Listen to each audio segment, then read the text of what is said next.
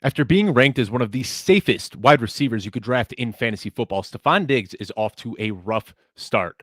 Although he's leading the Buffalo Bills in targets, Emmanuel Sanders and Dawson Knox are both outperforming him on a weekly basis in fantasy football. He's coming off a season low 5 targets in a win over the Chiefs, and people are starting to wonder, what should I do about Stefon Diggs? I'm Dave Kluge with Football Guys, and I'm here to help you understand.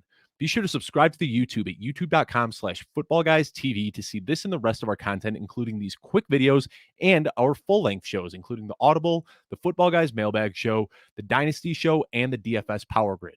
Now let's get back to Stefon Diggs. After back-to-back 1,000-yard seasons in Minnesota, Diggs went to Buffalo, and concerns about Josh Allen and a connection with a new quarterback caused many analysts to push him down their pre-draft rankings. Well, he quickly put those concerns to rest by leading the league in targets, receptions, and yards, while finishing as the overall wide receiver 3 in PPR leagues. Heading into this season, there were talks that another offseason with Josh Allen would help elevate him and that he would be even better. And a lot of analysts were happy taking him as the first wide receiver off the board in their fantasy football drafts. Now, let's take a look at Diggs' rankings from the 2020 season compared to where he currently has started the 2021 season.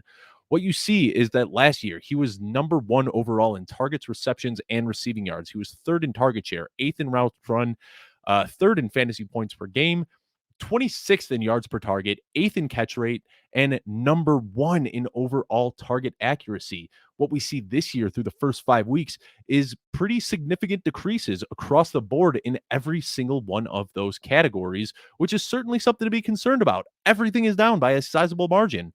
So you can make the argument that this is just kind of a fluke and that Diggs will bounce back, but his competition for targets this season is a lot stiffer than it was last year in Buffalo. The offense has been producing at a pretty similar level. They've seen just a 0.8% pass attempt per game dip from last year. But the big thing is that Dawson Knox's emergence is not something that you should scoff at. Last year, he saw just 4.2% of the targets, and this year it has jumped threefold to 13.7%. John Brown last year commanded 9.1% of the team's targets, and his replacement, Emmanuel Sanders, is seeing 17.7%. That's almost double what John Brown saw last year. Even Cole Beasley has seen a slight target increase from last season. The only really relevant player that seems to be working in Diggs's favor is Gabe Davis, whose target share has dropped from a 10.8% last year to 4.5% this year. However, it's not just overall target share that is negatively impacting Stefon Diggs. It's valuable targets inside the red zone that are going to other players. Last year, Gabe Davis was second on the team in red zone looks, seeing 13% of the team's targets from inside the 20-yard line. This year, Dawson Knox is seeing 20.6% of those looks. Cole Beasley is seeing 17.6%, and Emmanuel Sanders is seeing 14.7%, all higher than second place Gabe Davis saw last year. So, what should you do with Stefon Diggs? Well, I thought that he was a screaming buy low, and that's what I went into this video with the intentions of proving. And, Diggs is a good player. He could certainly carve out a larger role for himself, but the increase in weapons surrounding Diggs in Buffalo should put him as more of a low end wide receiver 1 than the bona fide top 3 pick we thought he was supposed to be.